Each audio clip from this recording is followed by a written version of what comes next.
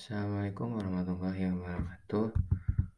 Perkenalkan, nama saya Fadil Fardilian Nafri, nomor BP 2111131304 dari kelas Biologi IPC.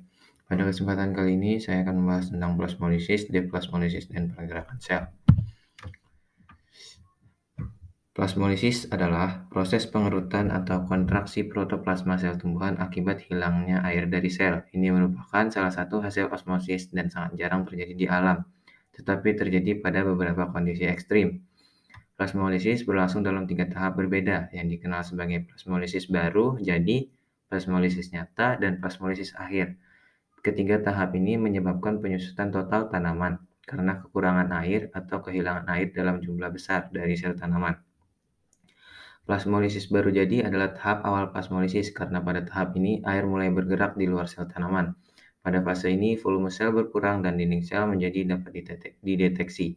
Setelah plasmolisis baru jadi, tahap berikutnya plasmolisis nyata terjadi. Karena pada tahap ini membran sel tanaman mencapai batas kontraksinya dan terlepas dari dinding sel hingga mencapai bentuk bulat. Tahap terakhir plasmolisis adalah plasmolisis akhir karena pada tahap ini sitoplasma menjadi benar-benar bebas dari dinding sel dan tetap berada di antara sel. Contoh plasmolisis dalam kehidupan sehari-hari antara lain, jika kita merendam wortel ke dalam larutan garam 10%, maka sel-selnya akan kehilangan rigiditas atau kekakuannya. Deplasmolisis merupakan kebalikan dari plasmolisis, yaitu menyatunya kembali membran plasma yang telah lepas dari dinding sel. Deplasmolisis terjadi jika sel tumbuhan diletakkan di larutan hipotonik. Sel tumbuhan akan menyerap air dan juga tekanan turgor meningkat. Banyaknya air yang masuk ke dalam sel akan menyebabkan terjadinya deplasmolisis.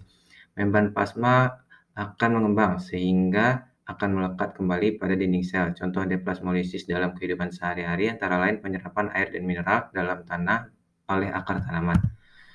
Selanjutnya adalah pergerakan sel. Pergerakan sel adalah fungsi penting dalam organisme. Tanpa kemampuan untuk bergerak, sel tidak dapat tumbuh dan membelah atau bermigrasi ke daerah di mana mereka dibutuhkan.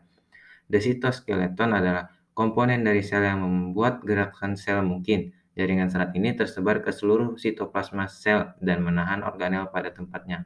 Serat sitoskeleton juga memindahkan sel dari satu lokasi ke lokasi lain dengan cara yang menyerupai merangkak. Sekian dari saya, kurang lebihnya mohon dimaafkan. Wassalamualaikum warahmatullahi wabarakatuh.